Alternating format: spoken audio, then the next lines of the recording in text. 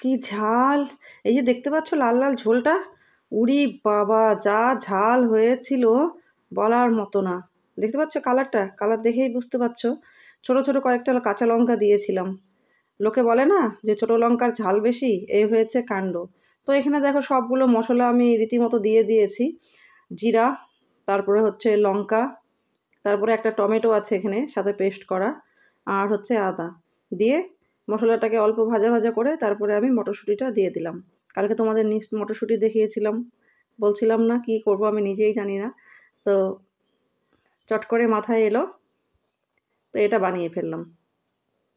এবার দেখো মশলাটাকে আমি কষাতে থাকবো।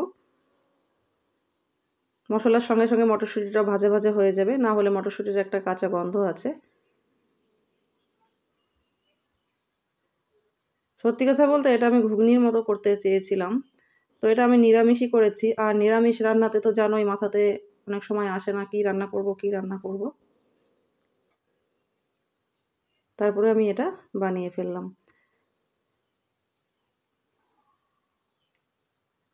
তো এটাকে আমি কষাতেই থাকবো যতক্ষণ অবধি এটা তেল ছাড়তে শুরু না করবে। তোমাদেরকে বলতে ভুলে গেছি, এখানে আমি একটু কাশ্মীরি লঙ্কার গুঁড়ো অ্যাড করেছিলাম কালারের জন্য। তো ভাবতে পারিনি লাল যে এত লাল লাল হয়ে যাবে খেয়ে। দেখো মশলাটা আমার এখানে তেল ছাড়তে শুরু করে দিয়েছে। এবার আমি সেদ্ধ করে আলুগুলো টুকরো টুকরো করে কেটে নিয়েছি বটি দিয়ে, দেখতেই পাচ্ছ। এটা কিন্তু সেদ্ধ করা আলু। তো এটা দিয়ে দিলাম, এটা দিয়ে আবারও ভালো করে কষাবো।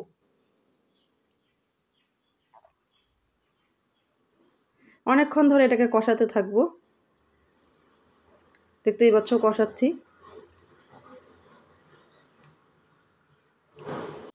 তো সত্যি কথা বলতে এটা অনেকটাই সময় লেগেছিল আমার কষাতে। তো দেখো তোমরা তো বুঝতেই পারছো অনেকক্ষণ থেকে মশলাটাকে আমি কষাচ্ছি।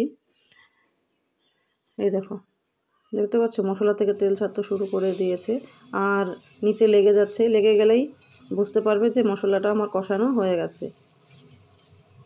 তো এবারে আমি এখানে ঝোল দিয়ে দেব। ভেবেছিলাম লাল লাল ঝাল ঝাল খাবো, কিন্তু উরি বাবা এত যে ঝাল হবে মানে ধারণার বাইরে।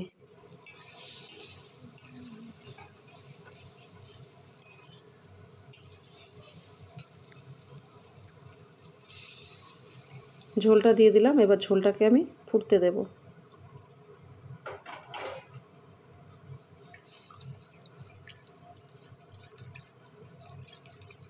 দেখতেই পাচ্ছ ঝোল দিয়ে দিয়েছি,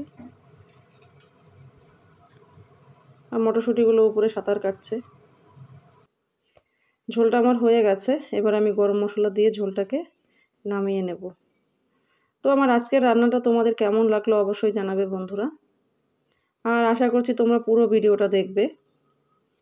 তো সবাই খুব ভালো থেকো, রোজকার মতো রোজ যেটা বলি সুস্থ থেকো, অনেক ভালোবাসি।